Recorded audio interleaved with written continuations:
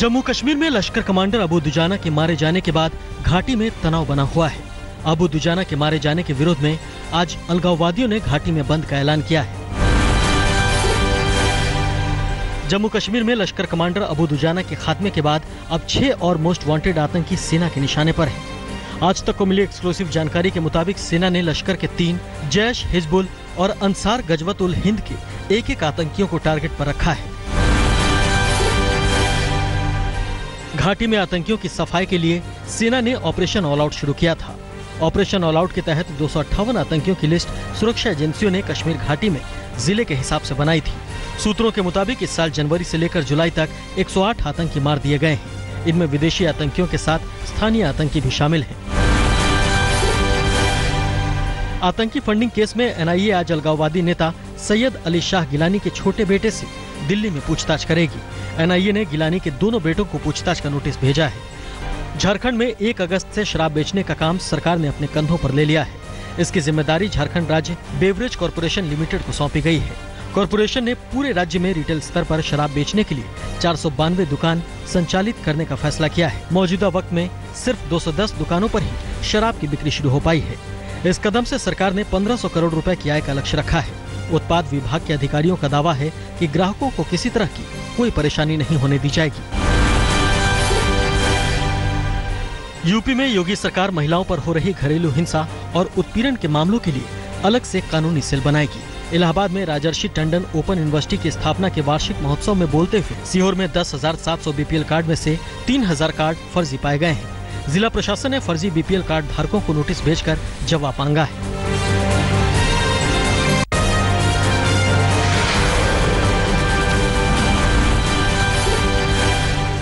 Lucknow university में पढ़ने वाले छात्रों ने कॉलेज प्रबंधन को बंधक बना लिया। छात्रों का आरोप है कि यूनिवर्सिटी प्रबंधन हॉस्टल की अलॉटमेंट में धांधली कर रहा है, जिससे जरूरतमंद छात्रों को हॉस्टल अलॉटमेंट की सुविधा नहीं मिल पा रही है। यूनिवर्सिटी के वीसी का कहना है कि हॉस्टल अलॉटमेंट में कोई अनियमितता नहीं बरती गई है। अलॉटमेंट की प्रक्रिया को ऑनलाइन किया गया है, लेकिन बाहरी छात्र आकर जबरदस्ती दबाव बना रहे हैं। हालात को देखते हुए मौके पर भारी पुलिस बल तैनात किया गया है। गाजियाबाद के इंदिरापुरम में स्कूल की सीढ़ियों से फिसलने से एक बच्चे की मौत हो गई। मृतक अरमान जीडी गोयनका स्कूल में कक्षा 4 का छात्र था। परिजनों का आरोप है कि स्कूल की सीढ़ियों पर पड़े पानी को साफ नहीं किया गया था, जिस कारण सीढ़ियों से फिसलने से अरमान की मौत हुई। पुलिस ने स्कूल के प्रिंसिपल और प्रबंधन के खिलाफ केस दर्ज किया है। मेरठ कॉलेज में आरपीएफ जवान के साथ मारपीट का मामला सामने आया है। आरपीएफ जवान अपनी पत्नी के साथ कॉलेज में एडमिशन की प्रक्रिया पूरी करने आया था। पार्क में कुछ लड़कों ने जवान की पत्नी पर अभद्र टिप्पणी शुरू कर दी। जवान के विरोध करने पर दबंगों ने जवान के साथ मारपीट की। डायल 100 पर पुलिस को सूचना दी गई। पुलिस के पहुंचते ही 2 लड़के फरार हो गए। पुलिस ने मामला दर्ज कर एक को गिरफ्तार कर लिया है। बाकी 2 लड़कों की तलाश शुरू कर दी है। मेरठ के थाना सिविल लाइन्स इलाके में युवती से बात करने पर भीड़ ने युवक की जमकर पिटाई की। दरअसल पुलिस लाइन के सामने एक युवक युवती को बात करते हुए युवती के परिजन को देख लिया। देखते ही देखते लोग एकत्रित हो गए। युवती मौके से भाग गई, जबकि भीड़ ने युवक की जमकर धुनाई करनी शुरू कर दी। इस दौरान बजरंग दल के कार्यकर्ता भी मौके पर पहुंच गए और पुलिस के सामने भी युवक को खूब पीटा। पुलिस ने एक आरोपी लड़के को पकड़ लिया है। बाकी जांच की जा रही है कि पीटने वाले कौन लोग थे। पूर्वी दिल्ली के ईस्ट विनोद नगर इलाके में लोगों ने कूड़े का केक काटकर निगम पार्षद भावना मलिक के खिलाफ प्रदर्शन किया। लोगों का आरोप है कि पीडब्ल्यूडी और एमसीडी के अधिकारी नाले की सफाई और गंदगी न उठाने को लेकर आपस में लड़ाई करते रहते हैं। इलाके में गंदगी के कारण उन्हें मुसीबतों का सामना करना पड़ रहा है। इलाहाबाद के शाहगंज इलाके में खिलौनों के गोदाम में आग लगने से गोदाम में रखा सारा सामान जलकर खाक हो गया। मौके पर पहुंची दमकल की 3 गाड़ियों ने गली के संकरा होने के कारण आग पर काबू पाने में काफी मशक्कत करनी पड़ी। आग लगने की वजह शॉर्ट सर्किट बताई जा रही है।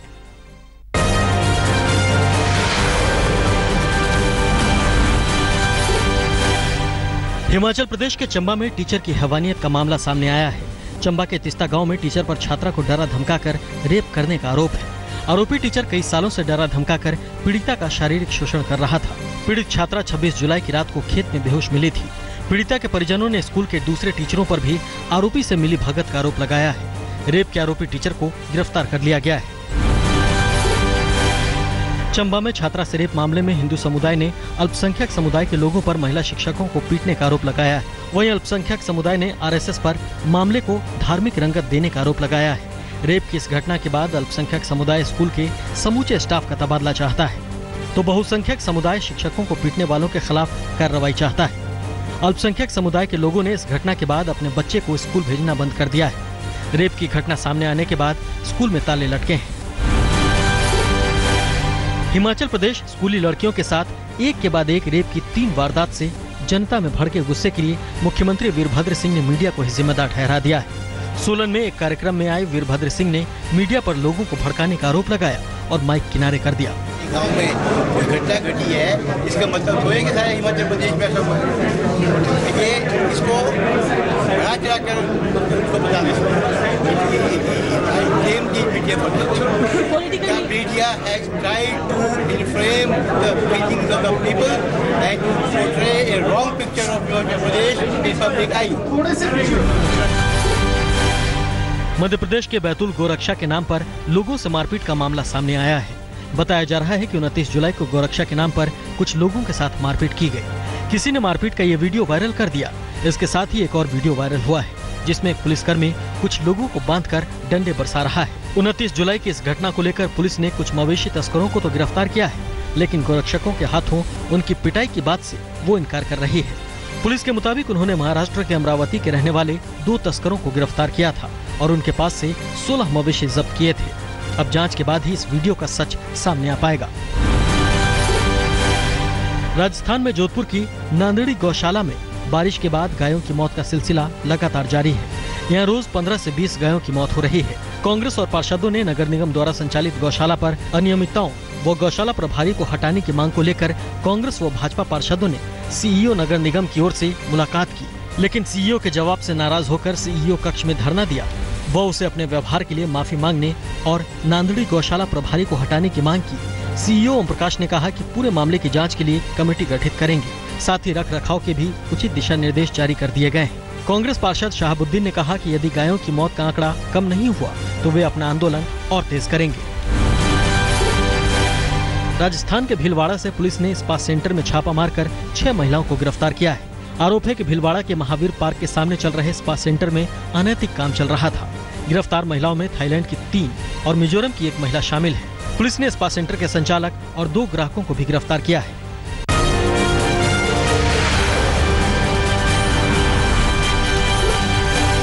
दिल्ली के कोटला मुबारकपुर में हुई महिला की हत्या मामले में पुलिस ने मृतक महिला के दूसरे पति को गिरफ्तार किया है। त्यागराज स्टेडियम के गेट नंबर 1 के सामने चाकू से गोदकर संतोषी नाम की महिला की हत्या कर दी गई थी। हत्या का कारण मृतक महिला के अवैध संबंध बताया जा रहा है। शामली के हाथी करौदा गांव में बीए की छात्रा को अगवा कर रेप का मामला सामने आया है। पीड़ित छात्रा का आरोप है कि पड़ोसी और 4 लोगों ने अगवा कर उसके साथ रेप किया और उसका एमएमएस बनाया। पीड़िता का आरोप है कि उसके परिवार को वीडियो के सोशल मीडिया पर वायरल करने की धमकी दी जा रही है। पुलिस का कहना है कि आरोपियों पर केस दर्ज कर उन्हें जेल भेज दिया गया है। अभी तक वीडियो वायरल होने की धमकी का मामला सामने नहीं आया है। अगर इस तरह का कोई मामला है तो आरोपियों के खिलाफ कार्रवाई की जाएगी। यूपी के बुलंदशहर में 2 युवकों पर पड़ोसी युवती के साथ गैंगरेप करने का मामला सामने आया है। बताया जा रहा है कि युवती दोनों लड़कों के साथ एक कंपनी में काम करती थी और उनके साथ ट्रेन में वापस घर लौट रही थी। गांव के नजदीक स्टेशन पर उतरने के बाद दोनों युवकों ने लड़की के साथ गैंगरेप किया। युवती ने घर जाकर घटना की जानकारी परिजनों को दी। पुलिस ने पीड़िता के परिजनों की तहरीर पर केस दर्ज कर जांच शुरू कर दी है। यूपी के अमरोहा में पूर्व दर्जा राज्य मंत्री देवी सहाय राणा के भतीजे की लाश पेड़ पर लटकी मिलने से सनसनी फैल गई। बताया जा रहा है कि एसपी नेता व पूर्व दर्जा राज्य मंत्री का भतीजा हरपाल सोमवार शाम से लापता था। मृतक के भाई ने गांव के ही लोगों पर आपसी रंजिश के चलते हत्या का आरोप लगाया है। मौके पर पहुंची पुलिस ने शव को कब्जे में लेकर पोस्टमार्टम के लिए भेज दिया है और मामले की जांच शुरू कर दी है। यूपी के मैनपुरी में 19 जुलाई को लापता हुए युवक की मौत से गुस्साए लोगों ने जमकर तोड़फोड़ की। गुस्साए लोगों ने युवक के शव को थाने के बाहर रखकर जाम लगाया और वहां से गुजर रही 5 रोडवेज की बसों समेत दर्जनों वाहनों में तोड़फोड़ की। उपद्रवियों ने पुलिस पर भी पत्थर फेंके, जिसमें आधा दर्जन पुलिसकर्मी घायल हो गए। हंगामा रोकने के लिए पुलिस को हवाई फायरिंग करनी पड़ी, तब जाकर मामला शांत हुआ। इलाके में अभी भी तनाव बना हुआ है। इलाके में भारी पुलिस बल तैनात किया गया है। उत्तराखंड के खटीमा में बदमाशों ने बैंक ऑफ बड़ौदा के एटीएम को उखाड़ कर ले जाने की कोशिश की। चोरों ने एटीएम में लगे सीसीटीवी के तार काट दिए, लेकिन एटीएम मशीन को नहीं उखाड़ सकने पर मशीन छोड़कर फरार हो गए। बैंक स्टाफ के सूचना देने पर मौके पर पहुंची पुलिस ने मामला दर्ज कर जांच शुरू कर दी है। बिहार के सीतामढ़ी में बदमाशों ने किराना व्यापारी की गोली मारकर हत्या कर दी। शांतिनगर चौक पर बुलेट सवार बदमाश किराना व्यवसायी अमितेश कुमार विपुल को गोली मारकर फरार हो गए। व्यापारी की मौके पर ही मौत हो गई। पुलिस ने मामला दर्ज कर जांच शुरू कर दी है।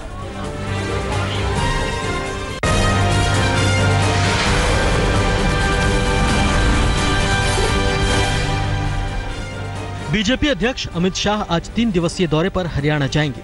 शाह का हरियाणा दौरा रोहतक से शुरू होगा। अमित शाह हरियाणा के मुख्यमंत्री मनोहर लाल खट्टर से गरीबों से जुड़ी योजनाओं पर चर्चा करेंगे। बिहार में सरकार बनाने के बाद बीजेपी की निगाहें अब तमिलनाडु में सरकार बनाने पर है। एआईएडीएमके को एनडीए में शामिल करने की अटकलें तेजी से जोर पकड़ रही हैं। माना जा रहा है कि बीजेपी एआईएडीएमके नेताओं से इस मसले पर बात कर रही है। कांग्रेस ने कर्नाटक और गोवा के बाद दिग्विजय सिंह से तेलंगाना का प्रभार भी वापस ले लिया है। दिग्विजय सिंह अब केवल आंध्र प्रदेश के प्रभारी और महासचिव रह गए हैं। दिग्विजय सिंह ने पार्टी से अनुरोध किया था कि उनकी लंबे वक्त तक चलने वाली नर्मदा यात्रा को लेकर उन्हें जिम्मेदारियों से मुक्त किया जाए, इसलिए तेलंगाना से जिम्मेदारी वापस ली गई है।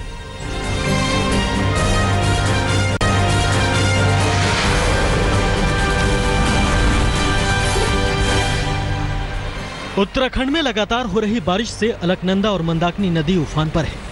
लगातार बारिश से नदियों का जलस्तर बढ़ने से घाट पूरी तरह लबालब हो गए हैं। प्रशासन ने अगले 4 दिनों तक उत्तराखंड में भारी बारिश का अनुमान जताया है और रेड अलर्ट जारी किया है। प्रशासन ने नदी किनारे रहने वाले लोगों को अलर्ट जारी किया है। भूस्खलन के बाद 2 दिन से बंद पड़े गंगोत्री नेशनल हाईवे को 48 घंटे की कड़ी मशक्कत के बाद वैली ब्रिज बनाकर खोल दिया गया। बारिश की वजह से केदारनाथ की यात्रा पर आने वाले भक्तों की संख्या में भारी गिरावट आई है। 3 मई को बाबा केदार के कपाट खुलने के बाद से अब तक करीब 3,09,000 यात्री बाबा के दर्शन कर चुके हैं, लेकिन अचानक से श्रद्धालुओं की तादाद घट गई है। लगातार हो रही बारिश से श्रद्धालुओं की आवाजाही बंद हो गई है। साथ ही घाटी में हो रहे निर्माण कार्य भी रुक गए हैं। गुजरात में बाढ़ से मरने वालों की संख्या 200 के पार हो गई है। यहाँ बाढ़ से अब तक 224 लोगों की मौत हो चुकी है।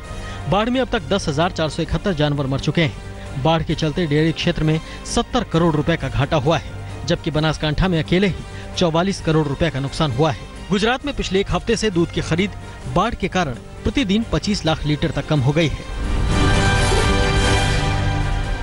गुजरात के कुंडा गांव में बाढ़ के चलते लोग गांव छोड़ने को मजबूर हैं। पालनपुर से करीब 80 किलोमीटर की दूरी पर बसे इस गांव से लोगों को भागना पड़ रहा है। 5,000 की आबादी वाला ये गांव पिछले साल भी बाढ़ की चपेट में आया था। गुजरात के बनासकांठा में बाढ़ से तबाही का बुरा हाल है। जलस्तर घटने के बाद यहां लाशें मिलने का सिलसिला शुरू हो गया है। बनासकांठा में 7 दिन बाद बाढ़ में फंसी कार से लाश बरामद हुई है। बाढ़ ने राजस्थान में रेलवे की रफ्तार रोक दी है। बीकानेर जोधपुर रेल मंडल में कई ट्रेन बाढ़ और बारिश की चपेट से प्रभावित हुई हैं। जोधपुर, मुंबई और हरिद्वार जाने वाली कई लोकप्रिय ट्रेनों की आवाजाही रोकनी पड़ी है। धौलपुर में चंबल नदी का जलस्तर लगातार उफान पर है। 2 दिनों में 5 मीटर की बढ़ोतरी हो चुकी है। खतरे के निशान तक पानी पहुंचने ही वाला है। टीम इंडिया के कोच रवि शास्त्री ने मौजूदा टीम इंडिया को भारत की सर्वश्रेष्ठ टीम बताया है। भारत के दिग्गज खिलाड़ियों पर निशाना साधते हुए शास्त्री ने कहा कि 20-20 साल तक खेलने वाले श्रीलंका में टेस्ट नहीं जीते, लेकिन मौजूदा टीम ने यह करिश्मा कर दिखाया है। भारत और श्रीलंका के बीच तीसरा टेस्ट 3 अगस्त से खेला जाएगा। कोलंबो में भारतीय टीम के पहले नेट सेशन में केएल राहुल ने जमकर पसीना बहाया। लंबे समय तक चोटिल रहने के बाद श्रीलंका गए राहुल बुखार की वजह से गोल टेस्ट नहीं खेल पाए थे। आईसीसी टेस्ट गेंदबाजों की रैंकिंग्स में रविंद्र जडेजा शीर्ष पर पहुंच गए हैं, जबकि आर अश्विन ने रंगना हेरावत को पछाड़कर दूसरा स्थान हासिल किया है। टेस्ट बल्लेबाजी रैंकिंग्स में चेतेश्वर पुजारा चौथे और टीम इंडिया के कप्तान विराट कोहली 5वें स्थान पर है। ऑस्ट्रेलिया के भारत दौरे के कार्यक्रम का ऐलान कर दिया गया है। कंगारू टीम 5 वनडे और 3 टी20 मैच खेलने के लिए 17 सितंबर को भारत आएगी। वनडे मैच चेन्नई, बेंगलुरु, नागपुर, इंदौर और कोलकाता में खेले जाएंगे। 3 टी20 मैच हैदराबाद, रांची और गुवाहाटी में खेले जाएंगे। ऑस्ट्रेलिया के बाद टीम इंडिया न्यूजीलैंड और श्रीलंका की मेजबानी करेगी। न्यूजीलैंड की टीम 22 अक्टूबर से 7 नवंबर तक भारत में 3 वनडे और 3 टी20 मैच खेलेगी। वनडे मैच पुणे, मुंबई और कानपुर में और टी20 मैच दिल्ली, कटक और राजकोट में खेले जाएंगे। श्रीलंका की टीम 15 नवंबर से 24 दिसंबर तक भारत दौरे पर रहेगी और भारत के साथ 3 टेस्ट, 3 वनडे और 3 टी20 मैच खेलेगी। टेस्ट मैच कोलकाता, दिल्ली, नागपुर और वनडे मैच धर्मशाला, मोहाली और विशाखापट्टनम में होंगे, जबकि टी20 मैच कोच्चि, इंदौर और मुंबई में खेले जाएंगे।